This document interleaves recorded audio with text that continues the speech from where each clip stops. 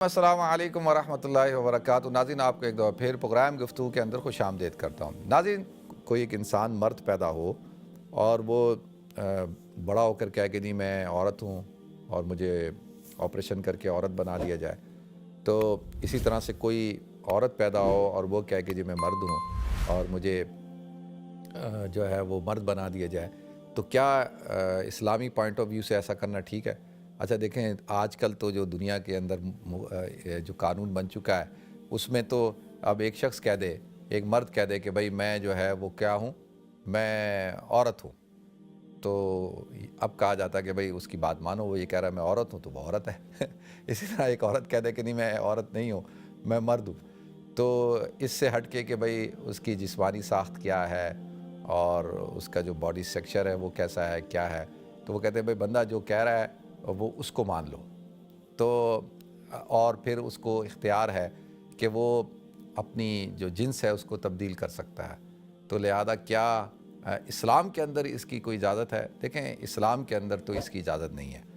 اسلام کے اندر لا تبدیل لخلق اللہ، جس اس پہ اللہ تعالیٰ نے آپ کو پیدا کیا ہے، چاہے مرد ہیں عورت ہیں، تو اب آپ کو اختیار نہیں ہے کہ آپ اپنی خلقت کو بدلیں، ٹھیک ہے جی؟ اسلام میں تو اس کی اجازت نہیں ہے اور شریعت اس کی اجازت نہیں دیتی۔ تو ایک بات، دوسرا یہ ہے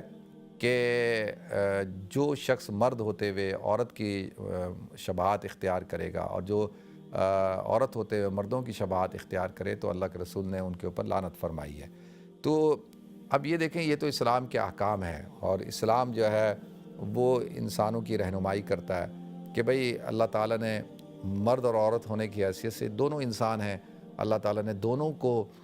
رتبہ دیا ہے، دونوں کو اعزاز دیا ہے، دونوں کو اللہ تعالیٰ نے فضیلت عطا فرمائی ہے، تو یہ تو ہماری احساس کمتری ہے۔ اگر خواتین یہ سمجھتی ہیں کہ بھئی وہ اگر مرد ہوں تو ان کو زیادہ رائٹ مل جائیں گے، وہ زیادہ زندگی کو انجوائے کر سکتی ہیں یا زیادہ، تو وہ پھر مردوں سے بیٹھ کے پہلے پوچھ لیں کہ بھئی تمہاری کیا حالت ہے مرد ہونے کی، تو وہ پھر بتائے گا، اپنا رونا روئے گا، وہ کہے گا کہ مرد ہونے کی کیا کیا وہ ہے، کہ بھئی مرد کی کیا کیا ذمہ داریاں ہیں۔ اسی طرح سے کوئی مرد ہے وہ پہلے عورت سے کسی سے پوچھ لے کہ بھئی کیا ہے، تو وہ عورت بتائے گی کہ بھئی عورت ہونے کی کیا کیا جو ہے ذمہ داریاں ہیں، تو ذمہ داریاں، اور پھر اس کے بعد جو ہے وہ مرد ہونے کی اللہ تعالیٰ نے فوائد بھی رکھے ہیں اور عورت ہونے کے بھی فوائد رکھے ہیں۔ تو میں یہ نہیں سمجھتا کہ کوئی سلیم الفطرت آدمی جو انسان پیدا ہوا، چاہے وہ عورت پیدا ہو یا مرد پیدا ہو، وہ اس بات کی تمنا کرے کہ بھئی میں عورت کیوں ہوں، مجھے مرد ہونا چاہیے تھا، یا مرد کہے کہ میں مرد کیوں ہوں کہ مجھے عورت ہونا چاہیے تھا۔ اس لیے کہ اللہ تعالیٰ نے اس کائنات کو تخلیقی ایسا کیا ہے، جوڑے پیدا کیے ہیں، ہر چیز کے جوڑے پیدا کیے ہیں، تو اللہ تعالیٰ نے انسانوں کے بھی جوڑے پیدا کیے ہیں، ٹھیک ہے جی؟ تو ایک بات، اور دوسری بات یہ ہے کہ اسلام جو ہے وہ کسی کے حقوق کا اس وقت تک خیال نہیں رکھتا کہ بھئی کہ اگر وہ مرد ہے تو اس کے حقوق کا خیال رکھا جائے گا اور اگر وہ عورت ہے تو اس کے حقوق کو غصب کیا جائے گا، نہیں،